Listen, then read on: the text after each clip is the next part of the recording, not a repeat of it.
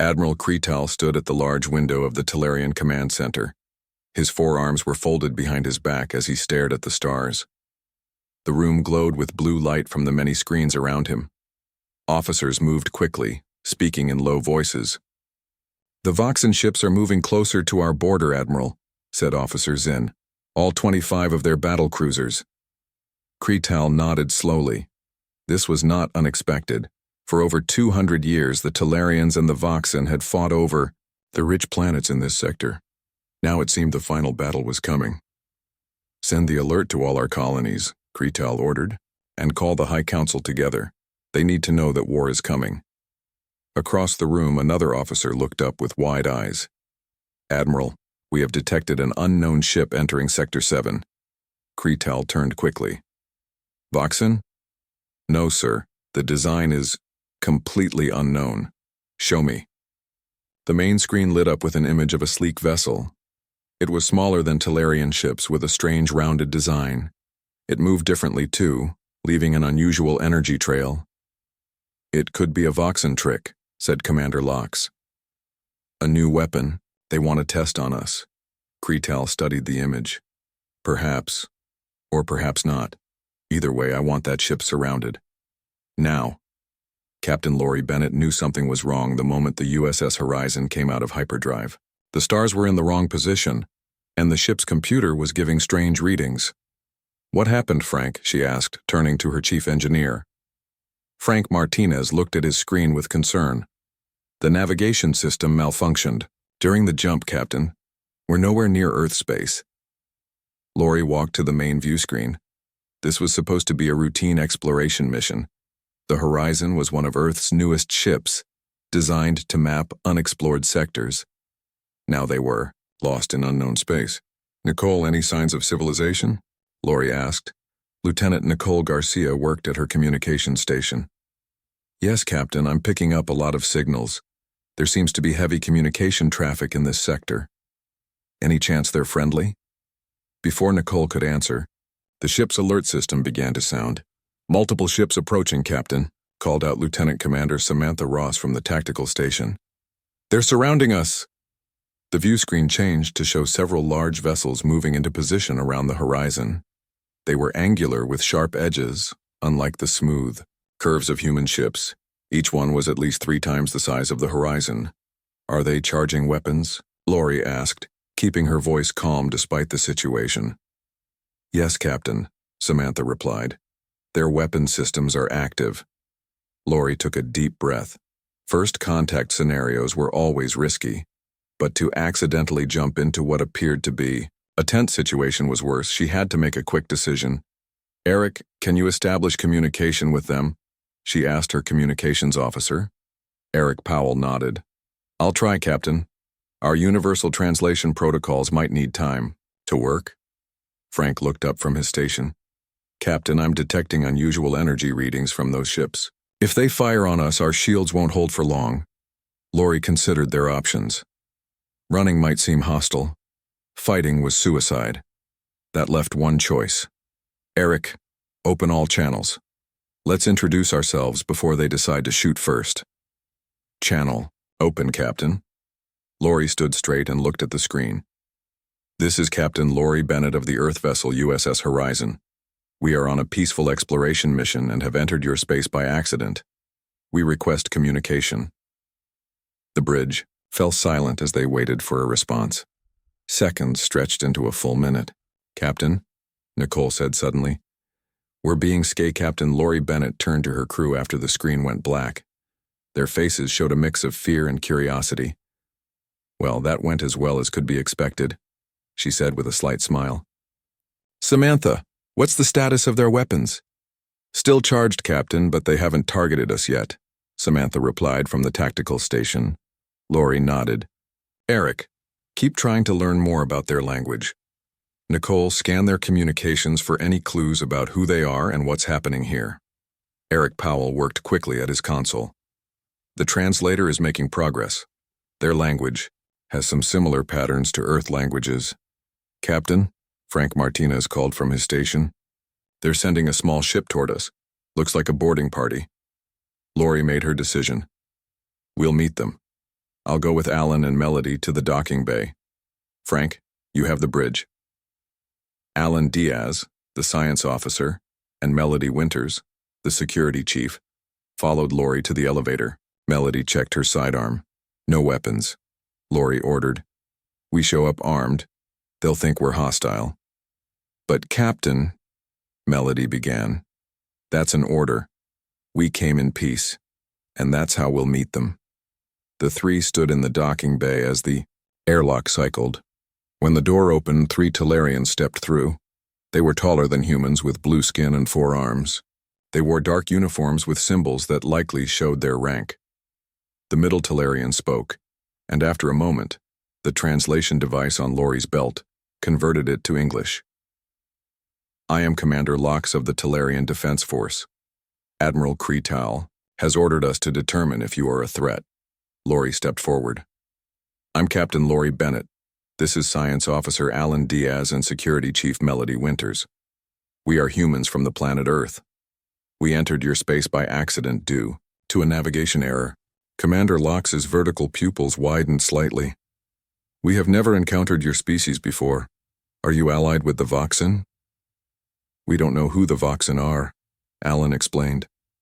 This is our first contact with any species outside our own star system. The Talarians exchanged looks. One of them used a device to scan the humans. Their biology is unlike any we have seen, he reported to Lox, and they appear to be telling the truth about their technology. It is advanced but in different ways than ours or the Voxens. Lox considered this.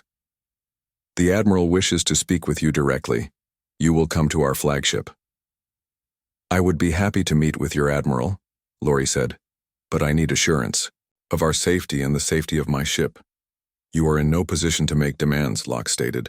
Lori stood her ground. I'm not making demands, I'm proposing trust. If we wanted to fight, we would have tried to run or shoot our way out. Instead, we're talking. After a long pause, Lox nodded.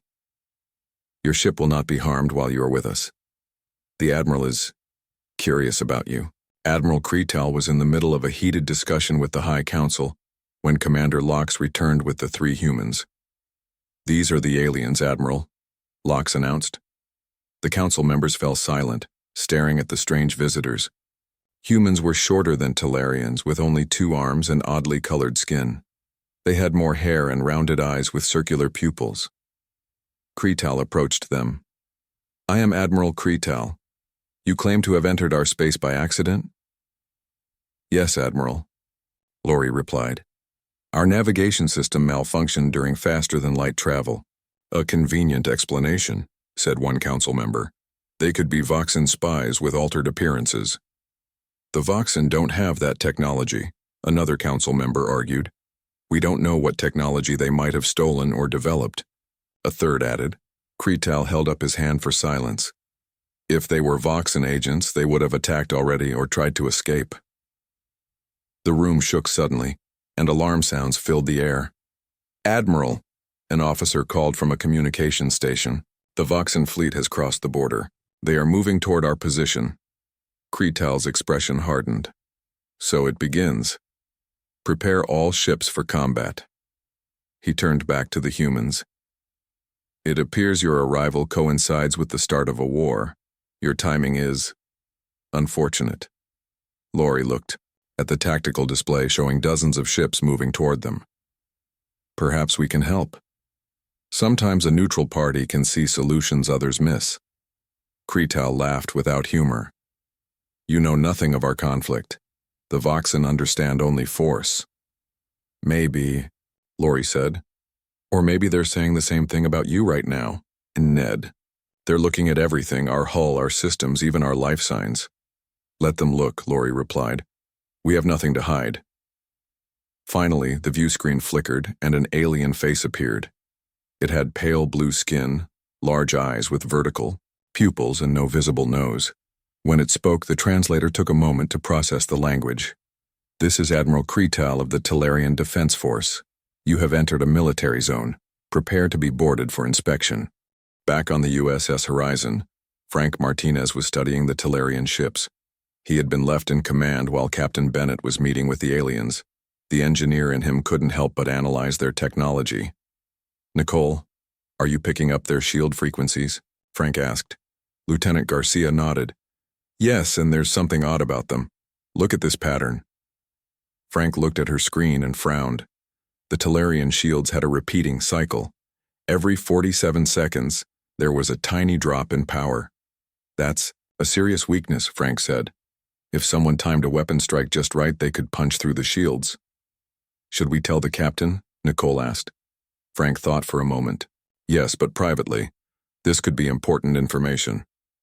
Meanwhile, the Talarian flagship was preparing for battle. Captain Bennett, Alan, and Melody watched as officers rushed around the command center.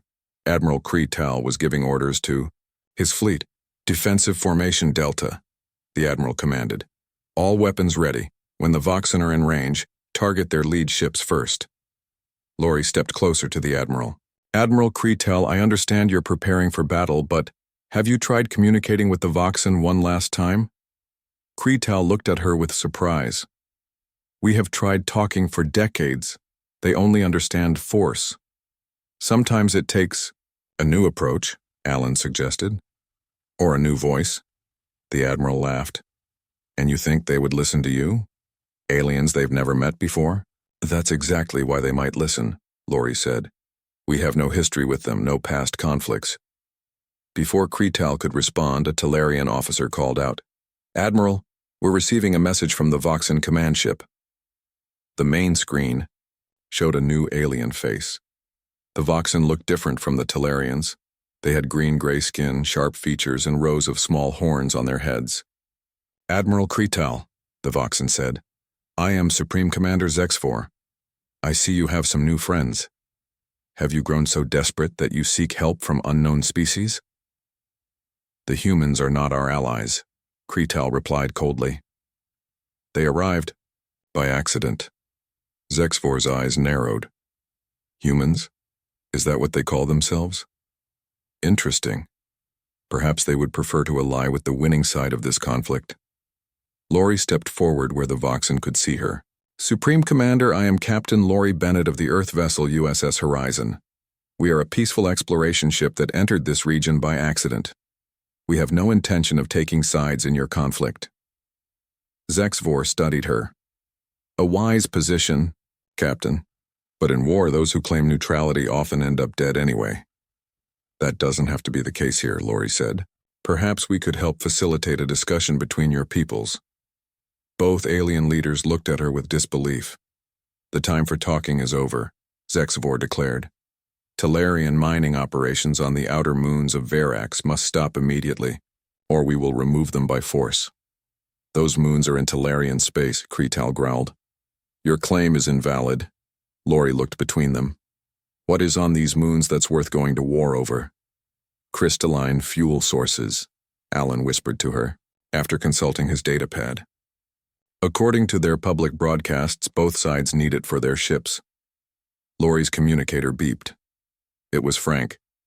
"Captain," he said quietly, "I've discovered something important about the Talarian shields. There's a weakness in their cycle. The Voxen could exploit it." Lori looked at the Talarian ships on the tactical display, then at the approaching Voxen fleet. A plan began to form in her mind. "Admiral Kretal," she said, "Supreme Commander Zexfor, I have a proposal.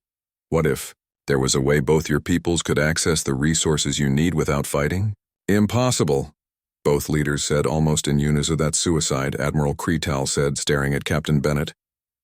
"Your tiny vessel would be destroyed in seconds," Supreme Commander Zexfor added from the screen. Lori stood firm. "Maybe.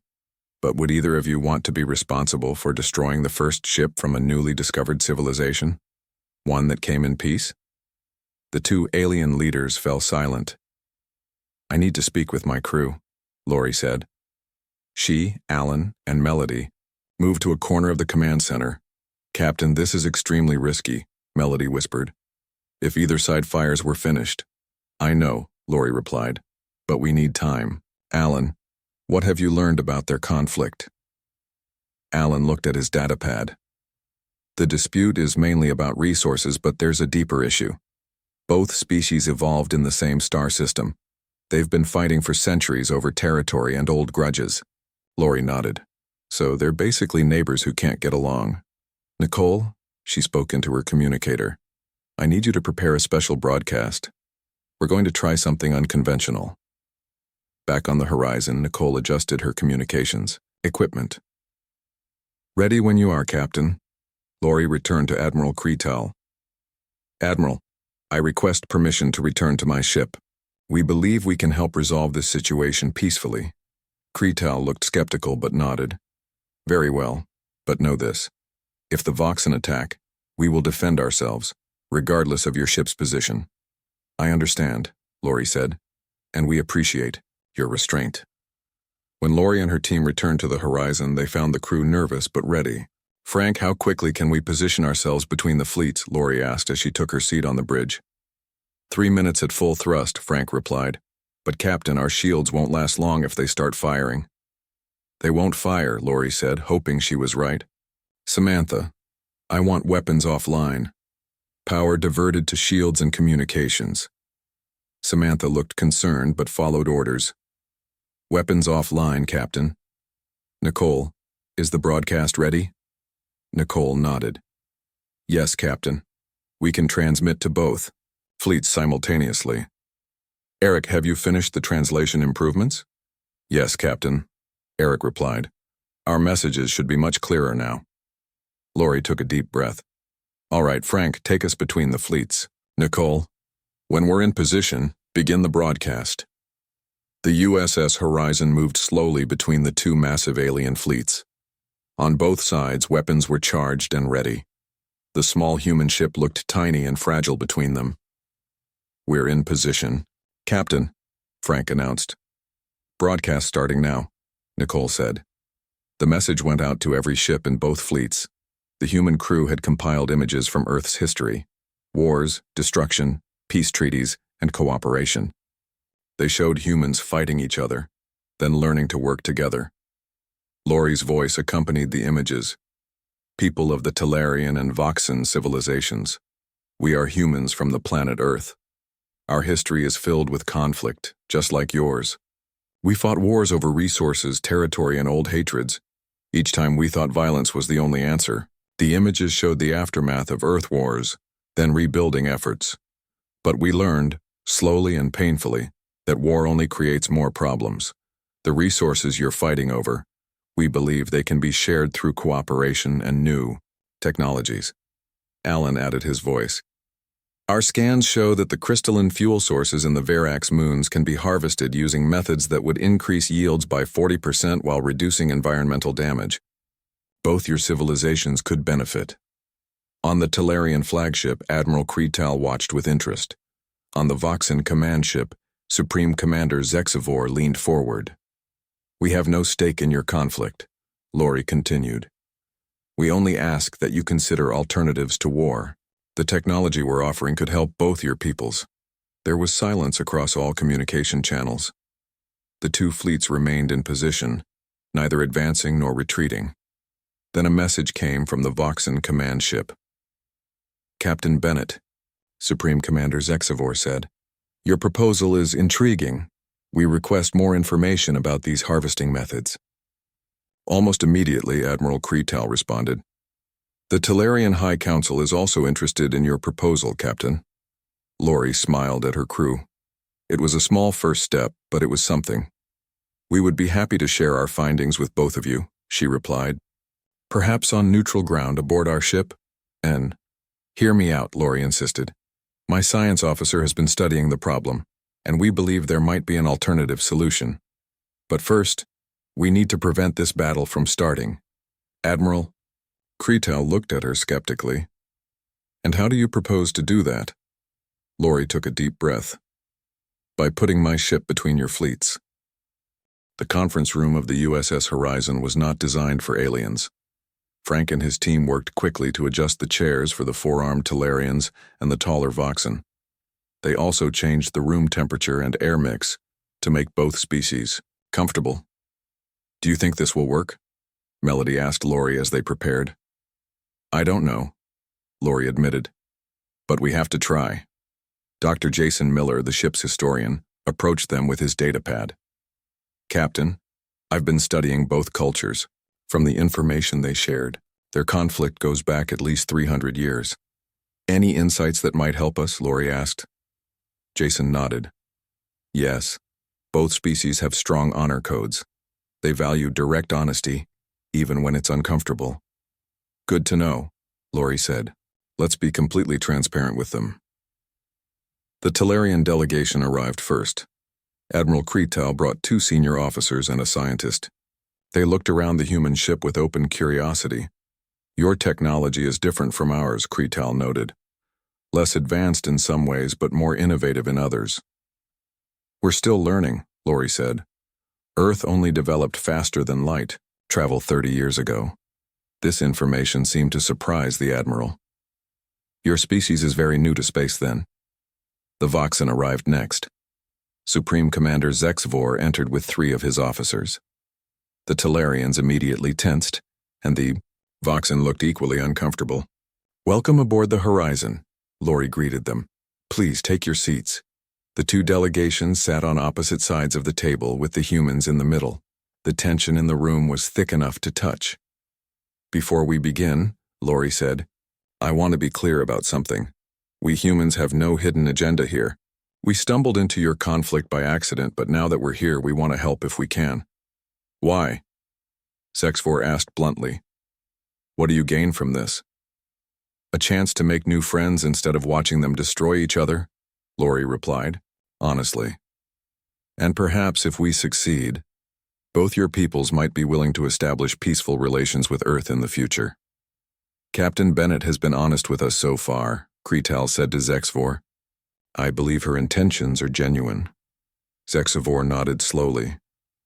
"Perhaps. Let us hear this proposal then." Alan stood and activated the room's display screen. "Our scans of the Verax moon show that the crystalline fuel deposits extend much deeper than either of your mining operations have reached. The current methods both your peoples use are only accessing about 30% of the available resources." Both alien groups leaned forward with interest. "We've developed a technique on Earth for similar materials," Alan continued. "It allows for deeper extraction without damaging the surrounding structures." "And you would share this technology with us?" asked a Voxen scientist. "Yes," Lori said. "With both of you equally." "What would you want in return?" Kretal asked.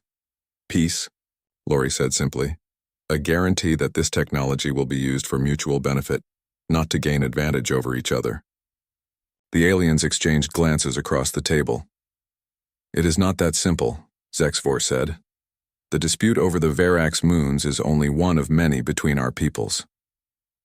"Then let's start there and work on the others," Lori suggested. "One step at a time." As they discussed the details, Lieutenant Commander Samantha Ross quietly entered the room and whispered to Lori.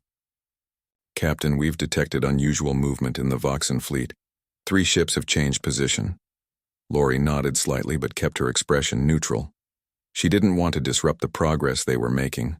On the other side of the table, one of the Voxen officers leaned toward Zexvor and whispered something. The Supreme Commander's expression didn't change, but his eyes, and while the aliens took their break, Lori called her senior officers together in a small room next to the conference area. "Samantha, what exactly did you see in the Voxen fleet?" she asked. 3 of their smaller ships moved to new positions, Samantha explained. "They now have a clear firing path toward the Talarian flagship." "That doesn't sound good," Frank said.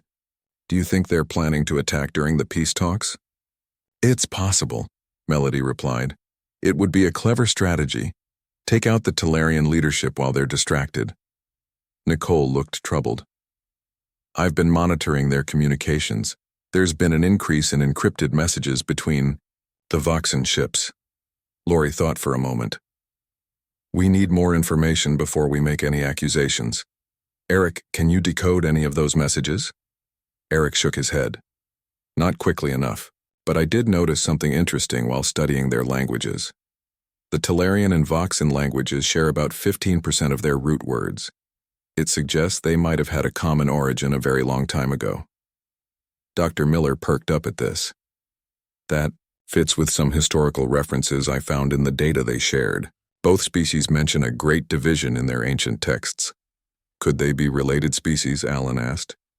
It's worth looking into, Lori said. Daniel, can you help with that? Chief Medical Officer Daniel Green nodded. I can analyze the biological data we've collected. If they have a common ancestry, there might be genetic markers. Good. Let's reconvene in 10 minutes, Lori said. And everyone, keep this information to yourself for now. As the others left to complete their tasks, Paul Wilson, the ship's navigator, approached Lori. Captain, I've been mapping the disputed territories, he said, showing her his data pad. There's something odd about the border claims. Look at how they've changed over the last 100 years. Lori studied the maps. The borders have been moving back and forth like waves. Exactly, Paul said. It's almost as if neither side really wants to hold certain areas permanently. They just want to keep the conflict going. But why? Lori wondered. When the peace talks resumed, both delegations seemed more tense than before. Lori noticed Zexvor checking a small device on his wrist several times. Before we continue discussing the mining technology, Lori said, I'd like to share a story from Earth's history. Both alien leaders nodded, though they seemed distracted. For nearly 50 years, Earth was divided into two major power blocks, Lori began. They were called the Eastern and Western Alliances. They never fought directly, but they supported smaller conflicts around the world. We called it the Cold War. Cold War? Kretal asked. War is not cold. It is hot with the fire of weapons. It's a term that means a state of conflict without direct fighting, Jason explained. The two sides were too afraid of total destruction to attack each other. This sounds familiar, a Talarian scientist murmured. The interesting thing, Lori continued, was that both sides eventually realized the conflict itself was causing more harm than any possible victory could justify. Economic resources were wasted on weapons. Scientific advances were kept secret instead of shared. She looked directly at Zexvor. Some leaders benefited from the conflict, though. Military commanders gained power. Weapons makers earned profits. Some people had reasons to keep the conflict going. Zexvor's eyes narrowed. Are you accusing me of something, Captain? Not at all, Lori said calmly. I'm simply sharing a historical perspective. At that moment, Daniel entered the room and quietly handed Lori a datapad. She glanced at it and her eyes widened slightly. Admiral Kretal, Supreme Commander Zexvor, she said. Our medical officer has made an interesting discovery. Would you like to see it? The two alien leaders looked at each other, then back at Lori. What discovery? Kretal asked. Lori turned the pad around to show them. According to our analysis, Talarians and Voxen share approximately 47% of your genetic structure. In biological terms, you're related species. You likely evolved from a common ancestor. The room fell completely silent. The alien delegation stared at the data, then at each other. This is impossible, a Voxen officer finally said. Our scientists would have discovered this, a Talarian added. Daniel cleared his throat. Actually, the markers are well hidden. We only found them because we had no preconceptions. We were looking at both your genetic structures as complete unknowns. So you're saying, Zexvor said slowly, the Talarians and Voxen are family? Arrowed slightly. Dr. Miller noticed the exchange and frowned. He passed a note to Lori. They're still planning something.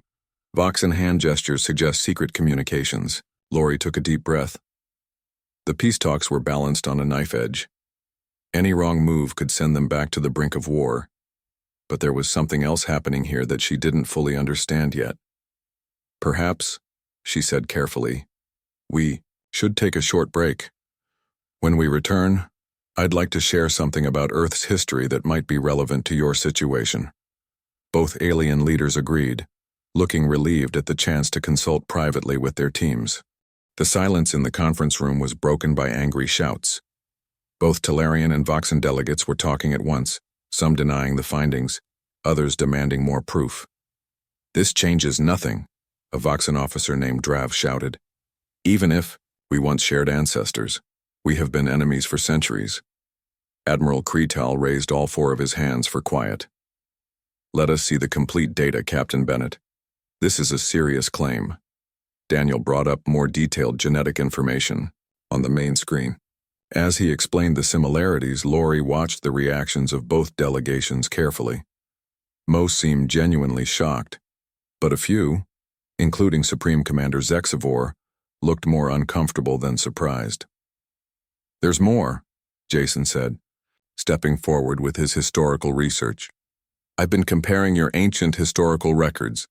Both mention a great division about 4,000 years ago. The records are similar but tell different sides of the story.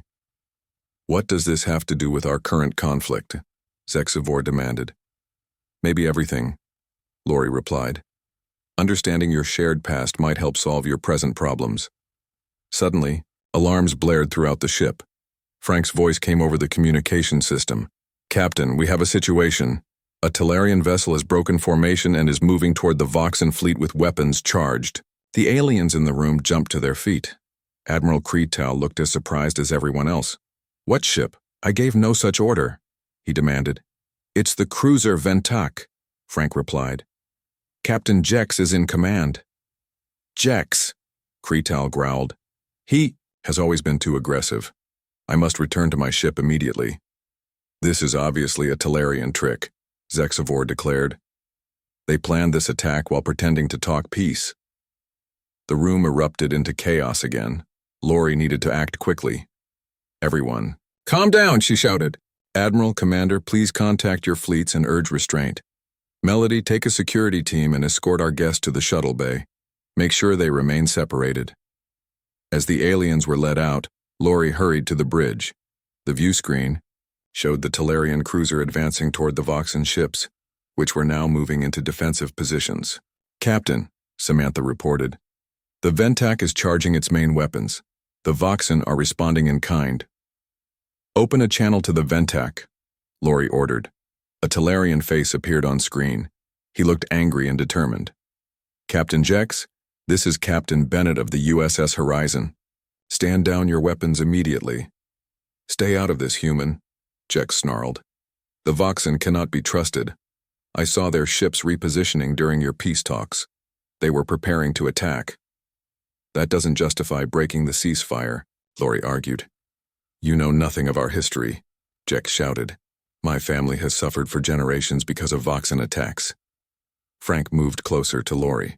Captain, if he fires on the Voxan ships, this situation will explode into full war. Neither side will back down after that. Lori knew he was right. She made a difficult decision. Samantha, target the Ventak's weapon systems only. Minimal power. Captain? Samantha looked surprised. Do it now, Lori ordered. We need to stop them from firing first. The Horizon moved quickly, positioning itself between the Ventak and the Voxan fleet. Samantha fired precisely, hitting the Talarian ship's main weapon, emplacements with low-powered shots. It wasn't enough to seriously damage the ship, but it disabled their ability to fire. The bridge crew held their breath, waiting for the response. Would both alien fleets now turn on the humans for this interference? Admiral Cretal's voice came through the communication system. Captain Jex, you have disobeyed direct orders and violated a ceasefire. You will stand down immediately and return to formation. But Admiral, Jex protested, the Voxan were... That is an order, Cretal interrupted. And Captain Bennett, I thank you for your intervention. You prevented what could have been a disaster. Lori exhaled slowly. I apologize for firing on your ship, Admiral. 2 days later, the USS Horizon hosted the largest gathering of Talarian and Voxan officials in centuries. The conference room had been expanded by removing a wall to accommodate everyone. Captain Lori Bennett sat at the head of the table with Admiral Cretal and Supreme Commander Zexivor on either side. Thank you all for coming, Lori began. Dr. Miller has made a discovery that you need to hear. Jason stood and activated the main screen. After studying the ancient records from both your worlds, we found something remarkable. The Great Division, mentioned in your histories, wasn't a war or conflict as most of you believe. It was a misunderstanding. The aliens murmured among themselves. Jason continued. According to the oldest Talarian texts, a message was sent to the Voxan colonies about resource sharing. But when we compared it to the Voxan historical record, we found the message they received was different. Key words had been changed, making it sound like a threat instead of an offer. That's impossible, a Voxan historian objected. Our records are carefully preserved. Yes, but the original message was corrupted during transmission, Jason explained. A solar flare hit your system at exactly that time. We found astronomical records confirming this. Neither side knew about the miscommunication. The room fell, silent as the implications sank in. You're saying, Admiral Kretal said slowly, that 4,000 years of conflict began because of a garbled message? It appears so, Jason replied. And once the conflict started, each new generation continued, it never questioning the original cause. Supreme Commander Zexvor leaned forward. This is difficult to accept. I understand, Lori said. But consider this. You've both been fighting for so long that war became normal. Some people even benefited from it. She looked pointedly at a Voxan official who had been quietly trying to leave the room. It was Drav, the officer who had been most opposed to peace. Officer Drav, Lori called out. Perhaps you'd like to explain why you've been secretly communicating with weapons manufacturers on both sides of this conflict? All eyes turned to Drav, who froze. Our communications officer discovered encrypted messages, Lori explained. Drav and others have been selling weapons to both sides, making enormous profits from your war. Guards from both fleets moved to surround Drav. Other officials began checking records on their devices, confirming what Lori had revealed. There were people on both sides who wanted this war to continue, Lori said. But I believe most of you want peace. Admiral Kretal stood, his expression solemn. For generations, my family has served in wars against the Voxan. I never questioned why we fought. I only knew it was my duty. Supreme Commander Zexvor nodded. As did I. We have been blind to possibilities beyond conflict. It's not too late to change, Lori said. You share ancestors' resources in this sector of space. You could share knowledge and technology too. Alan stepped forward. The mining technology we promised is just the beginning. By working together, your scientists could accomplish much more. Slowly, cautiously, Admiral Kretal extended one of his 4 hands toward Zexvor. After a moment of hesitation, the Voxan commander took it. The room erupted in applause. Not everyone looked happy, but most seemed relieved that centuries of fighting might finally end. Later, as the alien officials returned to their ships, Lori stood with her crew on the observation deck. The once hostile fleets were now peacefully positioned side by side. Do you think it will last? Melody asked. I hope so, Lori replied. They have a lot of history to overcome, but they've taken the first step. Frank joined them. Captain, we've received a message from Earth Command. They're sending more ships to this sector to establish formal relations with the Talarians and Voxan. Lori smiled. Good. They'll need help maintaining this peace. You know what amazes me? Eric said. If our navigation system hadn't malfunctioned, we would never have come here. Those fleets would have destroyed each other. Sometimes accidents lead to the best discoveries, Lori said, watching as the Talarian and Voxan delegations began the first true peace talks in their history. And sometimes one small ship can change everything. We aimed only to disable weapons, not to cause serious damage. On another channel, Supreme Commander Zexvor was watching with interest. The humans fired on a Talarian ship to protect Voxan vessels. Perhaps they truly are neutral in this conflict. We're not taking sides, Lori confirmed. We just want to prevent war. As the Ventak retreated, Lori turned to Jason. Dr. Miller, you mentioned finding something in their historical records. I think it's time we shared that information with everyone.